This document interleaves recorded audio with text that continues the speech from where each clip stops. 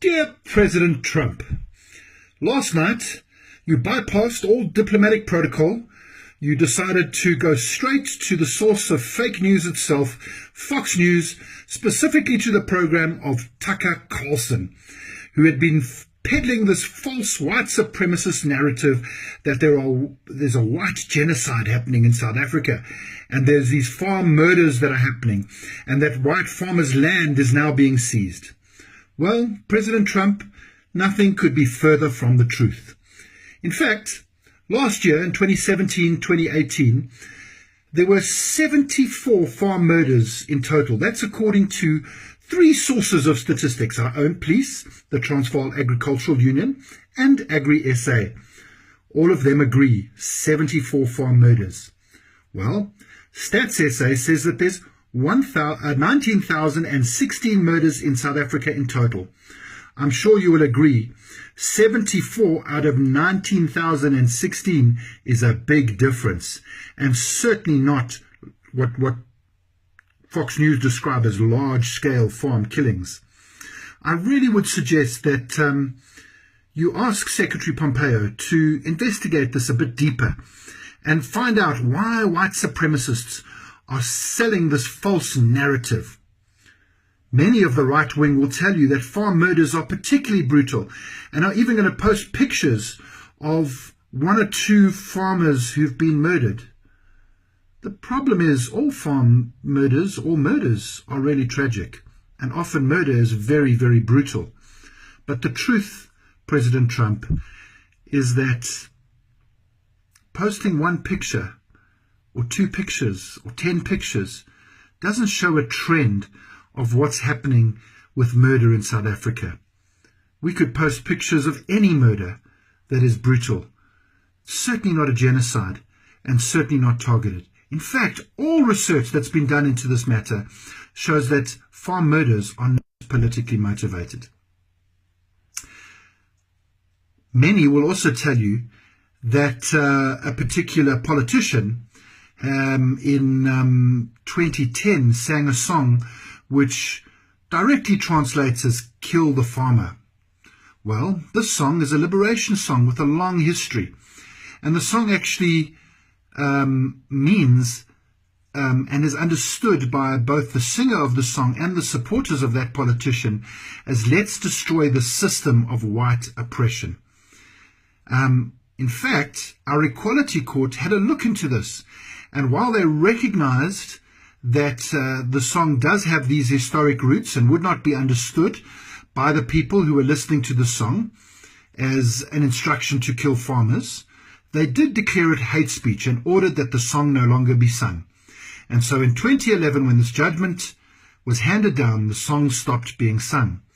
Interesting, not one farm murder since then has been attributed to the singing of the song.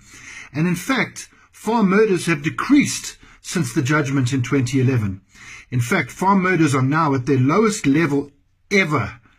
Certainly in the last 20 years of our democracy, farm murders have never been so low. Another right-wing conspiracy that they might tell you is that the same politician has said that we are not calling for the killing of white people, at least for now. Well, this politician has repeatedly explained what he meant by that statement, that if we don't deal with the racial inequality, the system of white supremacy, black people in South Africa may indeed at some point rise up in anger. He basically was saying we need to deal with the injustice, or we may have a situation of violence. In fact, in interviews, he goes on to say that I'm saying to you, under my leadership, we will not call for the slaughter of white people. I don't know those coming after me, he said. I will not speak for them. They are alarmists. They are crybabies. They're attention seekers. No one's going to slaughter them. The farm attacks are just an act of crime. It's not a genocide on white people. We are concerned, he continued. Even in the farms where black workers are being killed, should we now be alarmists and say there's a genocide of black people? No, this is normal crime.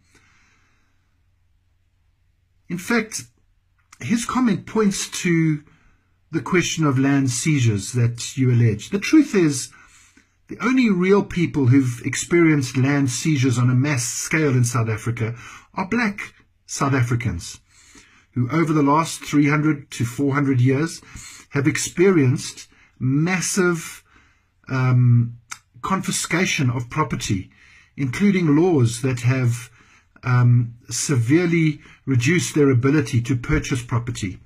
In fact, in 1994, 83% of South Africa's land was only able to be owned by white people.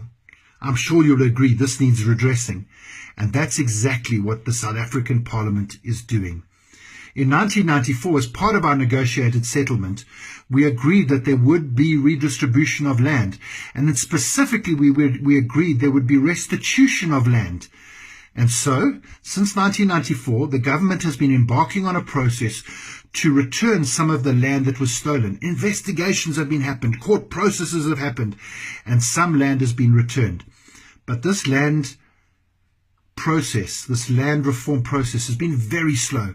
And as a result, our government has now decided to embark on a process of reviewing our constitution and seeing whether there is a way for us to do this process a lot quicker. We do want to avoid bloodshed in this country, and we want to make sure that we've got a fair way of ensuring that there is justice and everybody has access to our economy. I'm sure that you will agree these are important aims. So I would like to ask you, President Trump, please will you consider staying out of our business? Please will you consider telling those white supremacists to keep informing you fake news that there's something bad happening in South Africa to just shut up. It's really no good. They mean that they're not being helpful in our debate. We have recent history of sorting out some very difficult conflict, of dealing with some of the injustice of our apartheid past. We've negotiated in South Africa, and I can assure you that our government and our people are very good at talking, and that's exactly what we're going to do. I hope this helps you understand the matter better. Bye.